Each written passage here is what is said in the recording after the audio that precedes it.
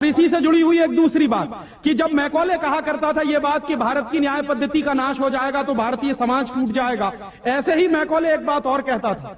Macaulay की लिखी हुई एक चिट्ठी है मेरे पास, उसकी फोटोकॉपी। लंदन में एक लाइब्रेरी है, उसका नाम है इंडिया ऑफिस लाइब्रेरी, वहां से मैंने निकलवाई। इंडिया ऑफिस लाइब्रेरी में से ऐसे कुछ 50,000 से ज्यादा डॉक्यूमेंट्स मैं निकाल के लाया और वहां के कई लोगों की मदद से हमने वो निकलवाए। तो उनमें एक चिट्ठी है मैकॉले की, वो उसके अपने पिताजी को उसने लिखी। जब वो यहां ऑफिसर बन के आया है तो मैकॉले क्या लिख रहा है कि भारतीय समाज को अगर बर्बाद करना है तो भारतीय न्याय पद्धति बर्बाद करो। तो वो करने के लिए उसने आईपीसी बना दिया, सीआरपीसी बना दिया, सीपीसी बना दिया और बर्बाद हुई। दूसरी बात वो कहता था कि भारतीय समाज को बर्बाद करना है तो भारतीय शिक्षण पद्धति का नाश करो। तो मैकॉले कहा करता था कि जो भारतीय शिक्षण पद्धति है, वो खुद मानता था इस बात को, यह दुनिया की सबसे ज्यादा विकसित और सबसे अच्छी पद्धति। क्या होता था यहां? गुरुकुल चलते थे, गुरुकुलों में विद्यार्थी पढ़ते थे और विद्यार्थी 20 साल तक 25 साल तक ब्रह्मचर्य का पालन करते हुए शिक्षा ग्रहण करते थे, संस्कार मिलते थे और वो संस्कार लेकर समाज में जाते थे। उन्हीं संस्कारों से संस्कृति बनती थी और वही संस्कृति भारतीय संस्कृति कहलाती थी। ऋषि थे, मुनि थे, बड़े बड़े ज्ञानी थे, महात्मा थे, वो गुरुकुलों को चलाया करते थे और सारे के सारे गुरुकुल जो चला करते थे उनमें वेदों का अध्ययन, पुराणों का अध्ययन, उपनिषदों का अध्ययन, जो भारतीय ज्ञान है, जो भारतीय मनीषा है, उन्हीं सब का अध्ययन संस्कृत के माध्यम से कराया जाता था। मैकॉले ने क्या किया कि गुरुकुलों का नाश अगर करना है तो उसने एक कानून बनाया। क्या कानून बनाया? संस्कृत में जितने विद्यालय इस देश में चलते थे हिंदुस्तान में अंग्रेजों के जमाने में, उन सबको उसने इल्लीगल घोषित किया, गैर कानूनी। और उसने प्रतिबंध लगा दिया कि संस्कृत भाषा के माध्यम से कोई भी गुरुकुल चलेगा उसको अंग्रेजी सरकार मान्यता नहीं देगी। तो मान्यता किसको देगी? अंग्रेजी के माध्यम से जो कॉन्वेंट स्कूल चलेंगे उनको अंग्रेजी सरकार मान्यता देगी। और उसके लिए बाकायदा उसने कानून बनाया। उस कानून का नाम है इंडियन एजुकेशन एक्ट। और यह इंडियन एजुकेशन एक्ट लागू हुआ 1858 में, आज से लगभग 140 साल पहले। तो 140 साल पहले जो कानून लागू हुआ था अंग्रेजों के जमाने में, वही कानून आज भी चल रहा है।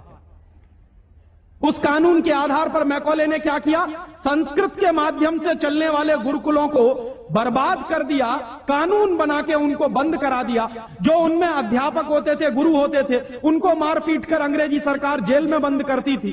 जो विद्यार्थी अध्ययन के लिए जाते थे उनको रोक दिया जाता था, उनका अध्ययन न होने पाए उसके लिए समस्याएं खड़ी की जाती थी। और दूसरी तरफ कॉन्वेंट स्कूल चालू कर दिए और उसमें अंग्रेजी के माध्यम से शिक्षण देना शुरू किया। एक दिन उसने अपने बाप को चिट्ठी लिखी और इस चिट्ठी में उसने ये लिखा कि मैंने हिंदुस्तान में एक ऐसी शिक्षण पद्धति पैदा कर दी है जिसमें अगर हिंदुस्तानी विद्यार्थी पढ़ेंगे तो पढ़कर निकलने के बाद वो शरीर से हिंदुस्तानी होंगे, दिमाग से सब अंग्रेज हो जाएंगे। वो देख रहे हैं, अभी देख रहे हैं। तो शरीर से हिंदुस्तानी और दिमाग से अंग्रेज। तो मैकॉले दूसरी बात लिख रहा है उस चिट्ठी में कि जब वो शरीर से हिंदुस्तानी और दिमाग से अंग्रेज हो जाएंगे तो अंग्रेजों के हिसाब से सारे काम करेंगे। और वो विद्यार्थी जब कॉन्वेंट स्कूल में से निकलेंगे तो सबसे ज्यादा गालियां भारतीय संस्कृति को देंगे, सबसे ज्यादा गालियां अपने मां बाप को देंगे। कैसे? मॉम और डैड कह के। डैड माने होता है मरा हुआ, और मम्मी माने होता है शव। इजिप्ट में आप जाइए, मिस्र एक देश है, वहां पे ममीज कहा जाता है किसको? मरे हुए आदमी के शव को। तो हमारी मां हो गई मम्मी, मम्मी, और पिताजी हो गए डैड।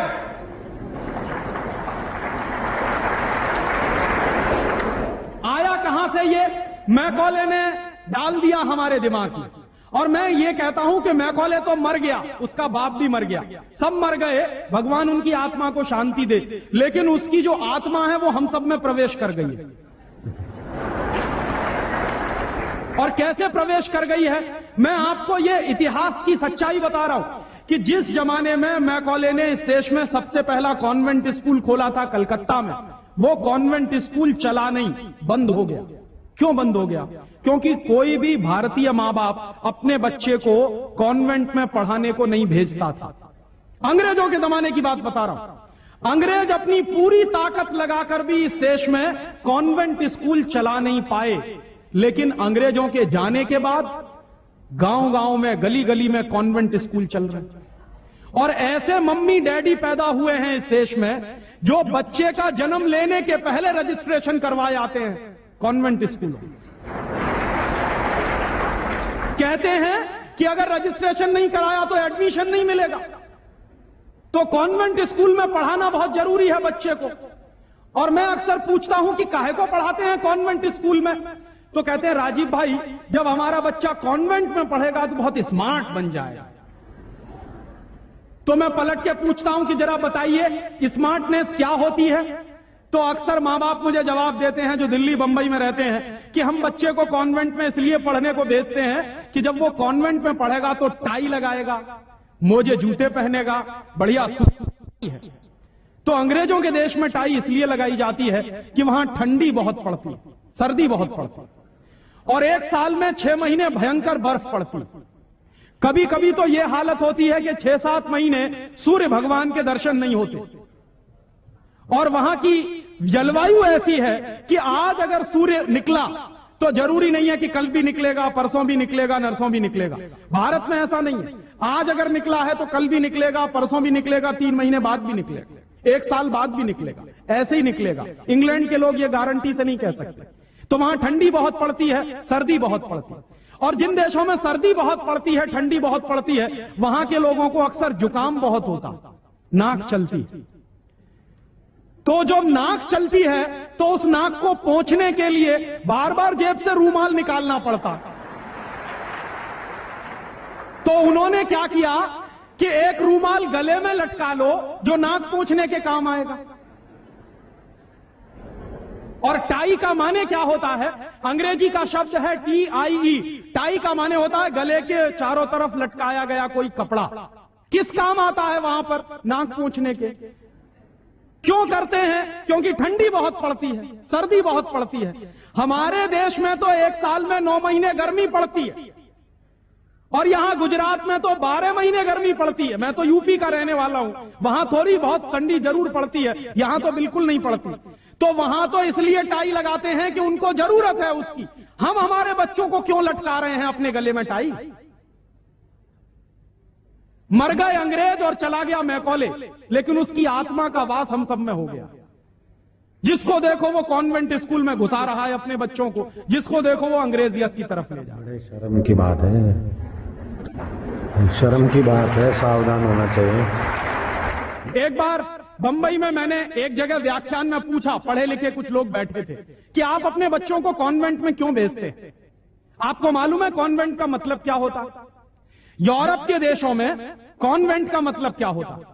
यूरोप में हजारों साल एक परंपरा रही है जो हमारे यहां कोई सोच भी नहीं सकता उसके बारे में। यूरोप की परंपरा क्या रही है हजारों साल? वहां बच्चे लावारिस छोड़े जाते हैं। आज भी यूरोप के देशों में, अमेरिका में आधे से ज्यादा बच्चे लावारिस तरीके से बड़े होते हैं। और यह परंपरा आज से 100-150 साल पहले तो बड़ी भयंकर थी। तो यूरोप में क्या होता था कि बच्चा पैदा हुआ, छोड़ दिया चर्च के सामने, छोड़ दिया अनाथ आश्रम में, छोड़ दिया किसी और संस्था में, वहां बड़ा होगा। तो जो लावारिस बच्चे वहां पैदा होते हैं, उन लावारिस बच्चों की पढ़ाई लिखाई, उनकी व्यवस्था करने का काम जिस जगह पर किया जाता है उसको कहते हैं कॉन्वेंट। हाँ बड़ो, तुम्हारे छोटे कॉन्वेंट में जा रहे हैं। कॉन्वेंट का माने होता है लावारिस बच्चों के पढ़ने लिखने का स्थान।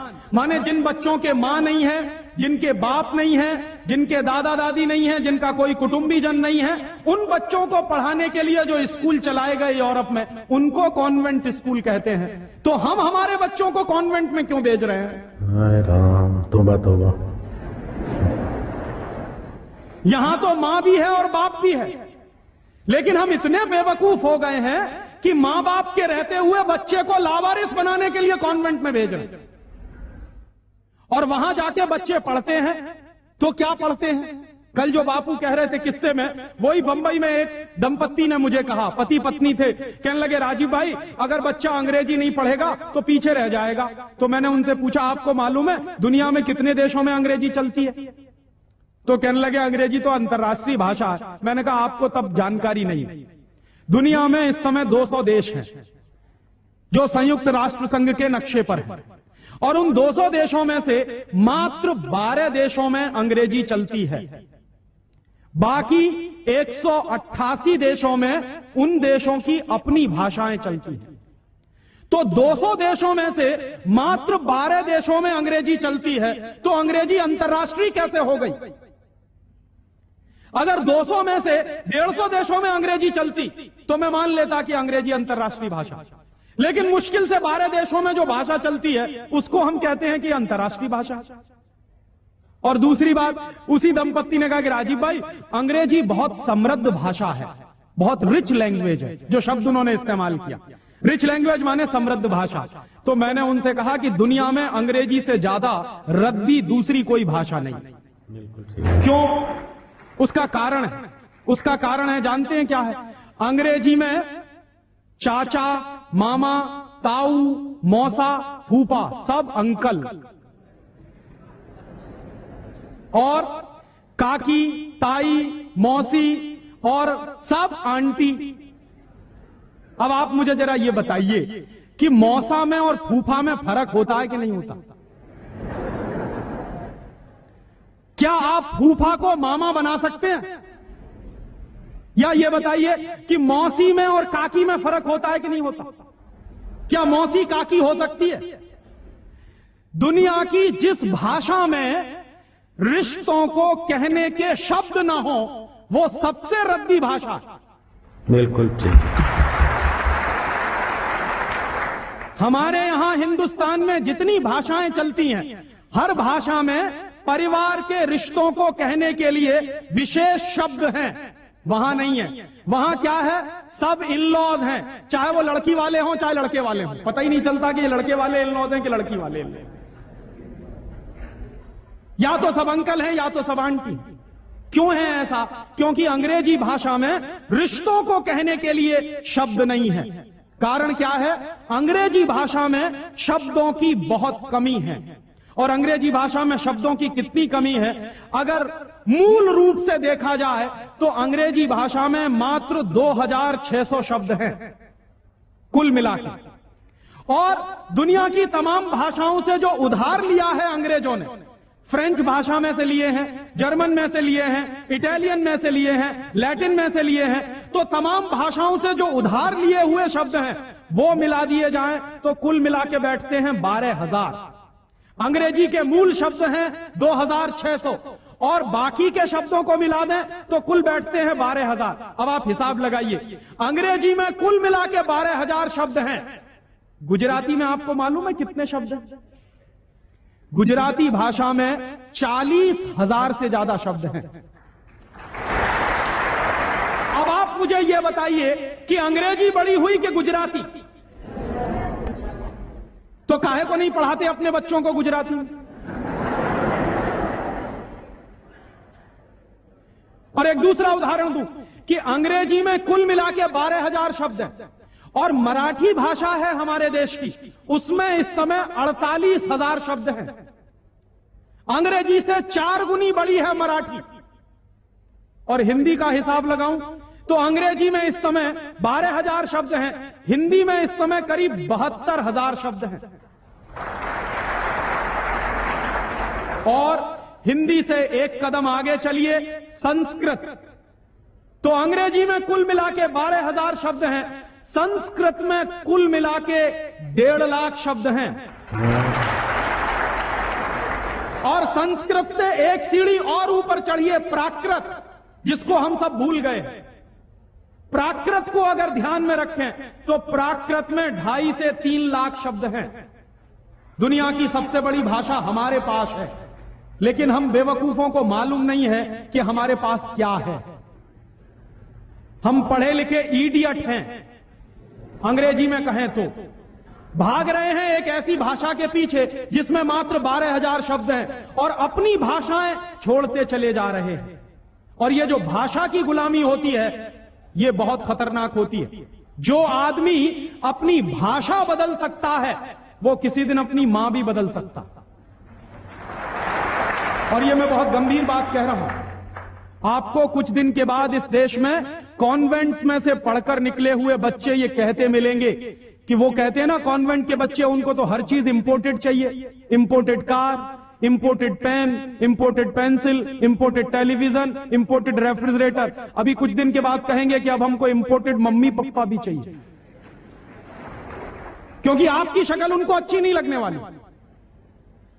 वो तो जो भाषा पढ़ रहे हैं उसके संस्कार ले रहे हैं। तो अंग्रेजी पढ़ रहे हैं तो अंग्रेजी के संस्कार ले रहे हैं, और अंग्रेजी के संस्कार तो अंग्रेजियत के संस्कार है, और अंग्रेजियत के संस्कार में तो मां और बाप की इज्जत करने की बात उनको कभी सिखाई नहीं गई है। वो तो आपको भी 2 कौड़ी का मान के फेंक देने वाले। और दुर्भाग्य से यही होता है। कॉन्वेंट स्कूल से निकले हुए बच्चे जितनी गाली अपनी मातृभाषा को देते हैं, अपनी संस्कृति को देते हैं, अपने परिवार को देते हैं, उतनी शायद कोई नहीं देता। तो मैकॉले जो कहा करता था वो बात आज हमको दिखाई देती है कि कॉन्वेंट में पढ़कर निकलेंगे बच्चे तो ये शरीर से हिंदुस्तानी होंगे, दिमाग से अंग्रेज होंगे। और इसी के संबंध में एक आखिरी बात उसने और कही थी कि ये जो भाषा की गुलामी होती है ये आदमी के स्वतंत्र चिंतन को रोक देती है। अगर आपको मौलिक चिंतन करना है, अगर आपको स्वस्थ चिंतन करना है और ऐसा चिंतन करना है जिसमें से कुछ नई रचना हो, तो वो आप अपनी मातृभाषा में ही कर सकते हैं। दुनिया में मातृभाषा में पढ़कर बड़े बड़े वैज्ञानिक पैदा हुए हैं। हम लोग, अक्सर मैं लोगों को कहता हूं कि जो लोग कॉन्वेंट के पीछे पागल हैं, उनको मैं अभी ताजा ताजा उदाहरण देता हूं। हिंदुस्तान में एक वैज्ञानिक है, उसका नाम है डॉक्टर एपीजे कलाम। डॉक्टर एपीजे कलाम को इस साल भारत रत्न मिला है, और डॉक्टर एपीजे कलाम हिंदुस्तान के जिंदा रहने वाले वैज्ञानिकों में इस समय सबसे ऊपर के व्यक्ति हैं। आपको मालूम है डॉक्टर कलाम की पूरी शिक्षा तमिल में हुई है, अंग्रेजी उन्होंने पढ़ी नहीं है। बहुत वर्षों के बाद उन्होंने थोड़ी अंग्रेजी पढ़ी है काम चलाने के लिए। बचपन से उनकी पूरी शिक्षा उनकी मातृभाषा में हुई है। वो तमिल अच्छी जानते हैं, मलयालम अच्छी जानते हैं, और हिंदुस्तान में आज वो सबसे ऊंची श्रेणी के वैज्ञानिक हैं जिनको भारत रत्न मिला। दुनिया के ऐसे तमाम वैज्ञानिकों के मैं उदाहरण दे सकता हूं। आइंस्टाइन, अल्बर्ट आइंस्टाइन सारा का सारा काम अपनी मातृभाषा में करता था, जर्मन में, और इसलिए इतना बड़ा बना। फ्रांस में एक वैज्ञानिक था मैक्स प्लैंक, जिसकी थ्योरीज हमारे जैसे इंजीनियर्स को पढ़ाई जाती थी जब हम पढ़ते थे। मैक्स प्लैंक की पूरी शिक्षा फ्रेंच भाषा में हुई थी। तो हम लोग जो अपने मन में गलतफहमी पाल कर बैठे हैं कि हमारे बच्चे अगर अंग्रेजी में नहीं पढ़ेंगे तो उनका विकास नहीं होगा, मैं आपको इसके उल्टी बात कह रहा हूं कि अगर आपके बच्चे अंग्रेजी में पढ़े तब उनका विकास नहीं होने वाला, वो गधे बन जाएंगे, विनाश होगा। हम लोग क्या कर रहे हैं, अपने बच्चों को कॉन्वेंट में भेज कर गधा बना रहे हैं। गधा जानते हैं क्या होता? गधे के ऊपर बोझा लादते चले जाइए, लादते चले जाइए, लादते चले जाइए, बेचारा चुपचाप चलता चला जाता है, चलता चला जाता है। आजकल बच्चों के कंधे पर जो बस्ते हमने लाद दिए हैं, जरा उनका वजन तो कर लीजिए। जो बच्चे का वजन है उससे ज्यादा बस्ते का वजन है। अभी से आप अपने बच्चे को स्पॉन्डिलाइटिस का मरीज बना रहे हैं। जितना वजन उसका कंधा ढो नहीं सकता, उससे ज्यादा वजन उसके कंधे पे लटका हुआ, और बेचारा वो बस्ता लेके जाता है, लौट के आता है। जब लौट के आता है तो घंटों घंटों का होमवर्क उसको दे दिया जाता। आप क्या करते हैं, अपनी मगजमारी कम करने के लिए उसका एक ट्यूटर रख देते हैं। ट्यूटर क्या करता है कि स्कूल का होमवर्क मिला, ट्यूटर ने अपना होमवर्क दे दिया। बच्चे का खेलना कूदना बंद, और बच्चा अगर खेलेगा नहीं, कूदेगा नहीं, तो उसका विकास कैसे होने वाला? तो या तो आपने फंसा दिया बेचारा होमवर्क। मैं अच्छे अच्छे घरों में जाता हूं, सबके बच्चे क्या कर रहे हैं, होमवर्क कर रहे हैं, सवेरे से शाम तक होमवर्क चल रहा है, कभी खत्म होने में ही नहीं आता। भला हो ऐसे स्कूलों का। और उस होमवर्क में से बना क्या रहे हैं और वो होमवर्क कर क्या रहे हैं? मैं आपको मेरी आप बीती सुनाता हूं, किसी दूसरे की नहीं। मैं भी बचपन में अंग्रेजी में मैं पढ़ा। और मैं सबसे ज्यादा गालियां मेरे मां बाप को देता हूं इसके लिए। मेरे पिताजी ने, वो एक बड़े ऑफिसर हैं, ये करने के लिए कि बेटा अंग्रेजी में पढ़ना चाहिए तो बड़ा बनेगा, तो मुझको भी पढ़ा दिया। अब अंग्रेजी माध्यम की जो पढ़ाई है, अंग्रेजियत की जो पढ़ाई है, वो क्या है? मैं आपको एक सॉलिड एग्जांपल दूं मेरा। मुझको गणित पढ़ाया जाता था। गणित में क्या पढ़ाते थे? एक फॉर्मूला था जो मुझको रटवाते थे क्लास 9th में जब मैं पढ़ता था। क्या फॉर्मूला था? x plus Y whole square is equal to X square plus 2xy plus Y square, x minus Y whole square is equal to X square minus 2xy plus Y square. और अक्सर इसमें गड़बड़ी होती थी, plus का minus होता था, minus का प्लस होता था। तो क्या होता था? मेरी पिटाई होती थी, क्लास में पिटाई होती थी। और मेरे जो अध्यापक थे तो मुझको खूब चिढ़ाते थे और मुझको खूब उल्टा सीधा कहते थे। एक दिन मैंने ये तय किया कि सब छोड़ छाड़ के ये 2 फॉर्मूले रटूंगा। तो रटने के लिए मैं बैठ गया, सब काम एक बाजू में। अब ये x प्लस वाई और x माइनस वाई में मैं घुस गया। लिख लिख के मैंने किलो किलो कॉपियां बर्बाद कर दी, किलो किलो कागज बर्बाद कर दिया, पता नहीं कितने बॉल पेन बर्बाद हुए होंगे। और 3-4 महीने की उस भयंकर मेहनत के बाद मुझको कुछ फॉर्मूले याद हो गए। अब वो फॉर्मूले मैं सीख के आया।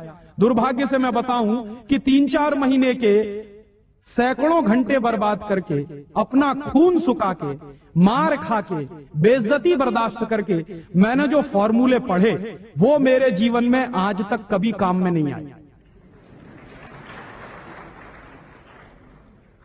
और दूसरे बाजू में मेरी मां ने, जो बहुत पढ़ी लिखी नहीं है, मुझको एक फॉर्मूला सिखाया। क्या सिखाया? एक पहाड़ा सिखाया। आधा, सवाया, 1.5 गुना, 2.5 गुना, 3 गुना, 3.5 गुना, ये मुझे सिखाया। और वो मेरे जीवन में रोज काम आता। लेकिन कहा क्या जाता है कि मेरी मां तो पढ़ी लिखी नहीं है, पीएचडी नहीं किया उसने। तो जो बिना पीएचडी होल्डर है, जिसने कुछ पढ़ा लिखा नहीं है आज की भाषा में, उसने मुझे ऐसी चीज सिखाई जो जीवन में रोज काम आती है। और जो बड़े बड़े पीएचडी होल्डर प्रोफेसर्स ने मुझे सिखाया वो जीवन में कभी काम नहीं आया।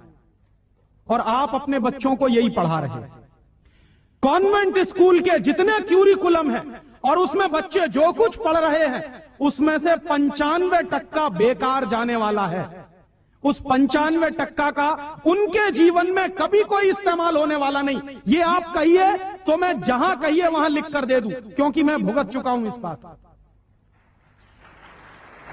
और वो जो 95% आप पढ़ा रहे हैं, आपके बच्चे के अगर काम नहीं आने वाला है तो उसके लिए आप लाखों रुपए बर्बाद कर रहे हैं, करोड़ों घंटे बर्बाद कर रहे हैं। उस बच्चे का मन मस्तिष्क आपने दबा दिया है होमवर्क के नीचे, झूठी शान और प्रतिष्ठा में। आप अपने बच्चों को गधा नहीं बना रहे हैं तो क्या बना रहे हैं?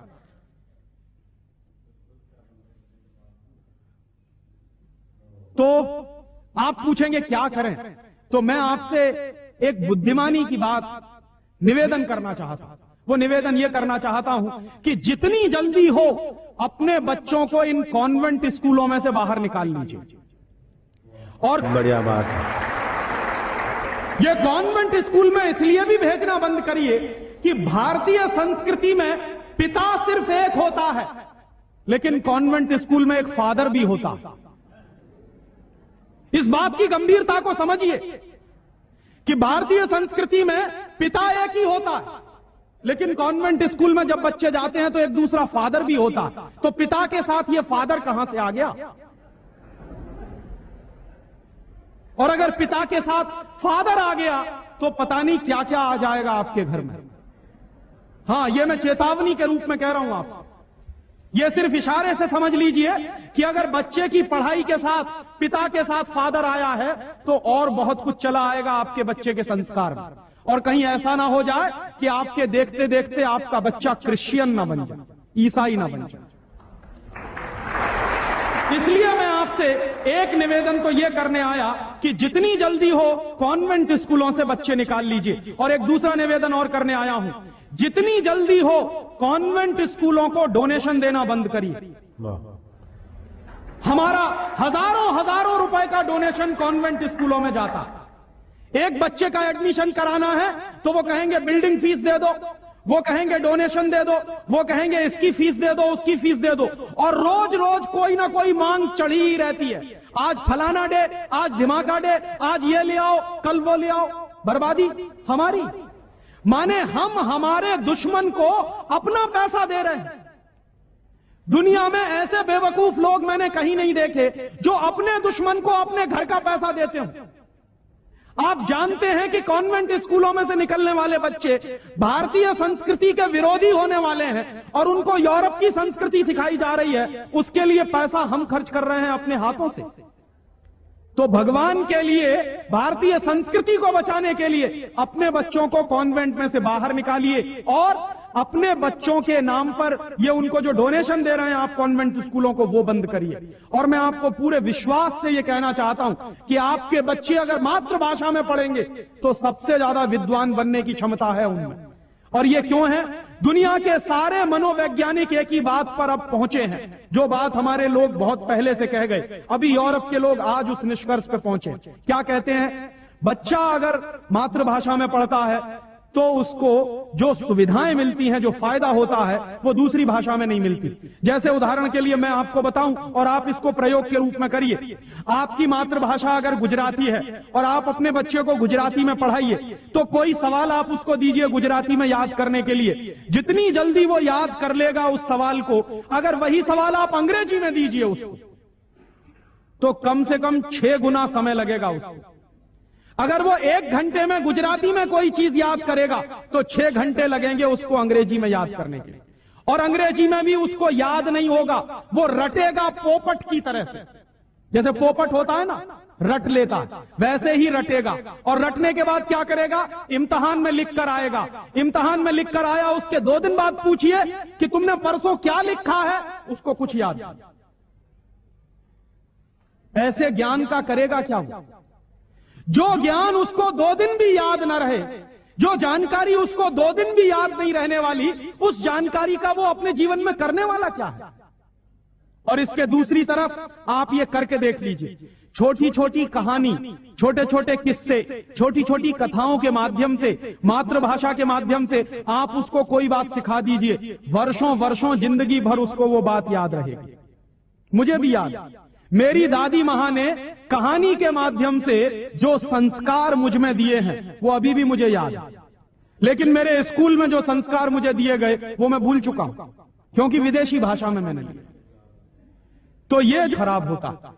और एक इसी के साथ एक आखिरी निवेदन कि अंग्रेजों ने जिस तरह से बर्बाद किया है भारतीय समाज को, कम से कम अब अगर हमको ये चेतना आती है तो इसको हम बचाएं।